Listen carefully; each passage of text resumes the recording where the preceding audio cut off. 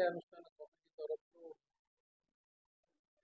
ପଟ୍ଟନାୟକଙ୍କ ନେତୃତ୍ୱରେ ଆୟୋଜିତ ଆଲୋଚନାରେ ବ୍ରହ୍ମପୁରର ପ୍ରିୟ ବିଧାୟକ ତଥା କମିଟିର ବିଭିନ୍ନ ଜିଲ୍ଲାର ବିଭିନ୍ନ ଅଞ୍ଚଳରୁ ଆସିଥିବା କର୍ମକର୍ତ୍ତା ବୃନ୍ଦଙ୍କ ସହିତ ତାଙ୍କର ବହୁ ଦିନର ଦାବି ବିଭିନ୍ନ ସମୟରେ ଉଠେଇ ଆସିଛନ୍ତି। ଯେତେବେଳେ ବନ୍ଦେ ମାତରମ୍ ଟ୍ରେନ୍ର ଶୁଭ ଉଦ୍ଘାଟନ ପାଇଁ ନିଷ୍ପତ୍ତି ହୋଇଥିଲା ସେତେବେଳେ ବି ସେମାନେ ଦାବି ରଖିଥିଲେ ବ୍ରହ୍ମପୁର ରେଲୱେ ଷ୍ଟେସନ ବ୍ରହ୍ମପୁରର ଆନୁଷଙ୍ଗିକ ଉନ୍ନତି ପାଇଁ 6 ଦିନ ଧରି ଦାବି କରିକି ଧାରଣା ଦେଇ ବସିଥିଲେ। ସେତେବେଳେ ବି ଆଲୋଚନା ସମୟରେ ତାଙ୍କ କଥା ଗୁରୁତ୍ୱର ସହିତ ଶୁଣାଯିବ ବୋଲି ରେଲୱେ ଅଥରିଟି ଗଲା ପ୍ରତିଶ୍ରୁତି ଦେଇଥିଲେ।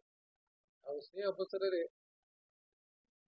ଆଜି ଦୀର୍ଘ ଦିନ ବିତି ଯାଇ ଜିଲ୍ଲାର ଆଶା ଆକାଂକ୍ଷା ପୂରଣ ହୋଇପାରିନି ଏ କଥାକୁ ତାଙ୍କ ମନ ଭିତରେ ଜିଲ୍ଲାବାସୀଙ୍କ କଥାକୁ ଶୁଣି ଆମ ପାଖକୁ ଆସି ଆଲୋଚନା ପାଇଁ ଆସିଛନ୍ତି। ଆଉ ଆସନ୍ତା ଦିନରେ ତାକୁ କେମିତି ସୁନ୍ଦର ଭାବେ ପାଳନ କରିପାରିବା ଆଉ ମାନ୍ୟବର ମୁଖ୍ୟମନ୍ତ୍ରୀଙ୍କୁ ତଥା ରେଲୱେ ମିନିଷ୍ଟ୍ରିଙ୍କୁ ଜଣେଇ ପ୍ରଧାନମନ୍ତ୍ରୀଙ୍କୁ ଜଣେଇ ଆର ସମ୍ପାଦନ କରିବା ପାଇଁ ତାଙ୍କର ଆଶା ରହିଛି। ଏ ଅବସରରେ ତାଙ୍କର 7ଟି ପ୍ରାୟ ଦାବି ରହିଛି। ଯେଉଁ ଦାବି ଦୀର୍ଘ ଦିନର ଦାବି ବିଭିନ୍ନ ସମୟରେ ବିଭିନ୍ନ ନେତୃବୃନ୍ଦ ବିଭିନ୍ନ ସରକାର ଉଠେଇ ଆସିଛନ୍ତି।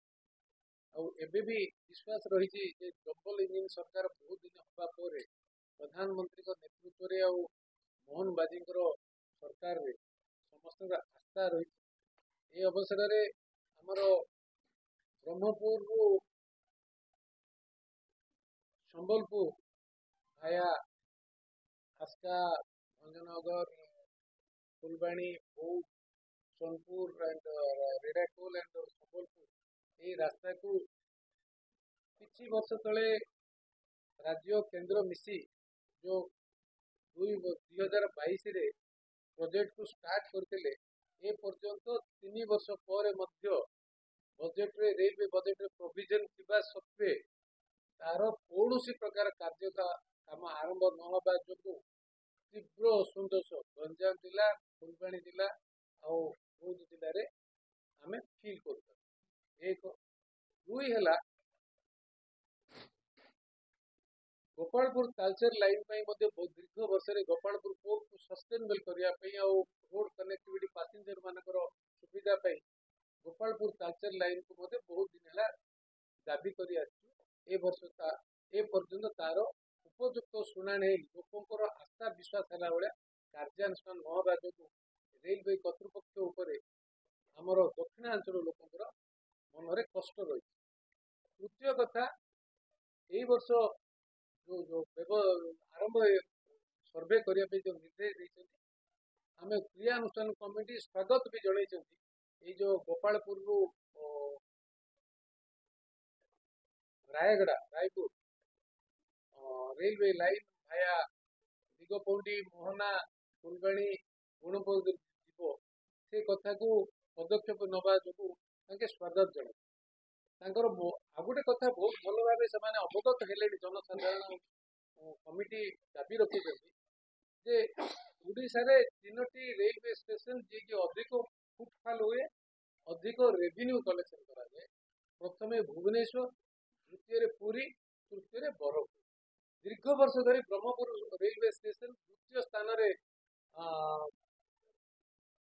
ରେଭିନ୍ୟୁ ଜେନେରେସନ କରିବା ସତ୍ତ୍ୱେ ଫୁଟଫଲ ଥିବା ସତ୍ତ୍ୱେ ପ୍ରଥମ ରେଲୱେ ଷ୍ଟେସନ 1893ରେ ଆରମ୍ଭ ହେବା ସତ୍ତ୍ୱେ ତାପରେ ଅନ୍ୟାନ୍ୟ ଷ୍ଟେସନ ହେବା ସତ୍ତ୍ୱେ ଏଇ ରେଲୱେ ଷ୍ଟେସନ ଆଉ ରେଲୱେର ଉନ୍ନତିକରଣ ଏ ପର୍ଯ୍ୟନ୍ତ ପ୍ରପରଲି ହେଇପାରି ନାହିଁ। এই ଦୁଃଖ ଦକ୍ଷିଣାଞ୍ଚଳବାସୀଙ୍କ ପାଖରେ ରହିଛି, ଗଞ୍ଜାମ ଜିଲ୍ଲାବାସୀ ପାଖରେ ପାର୍ଟିକୁଲାର।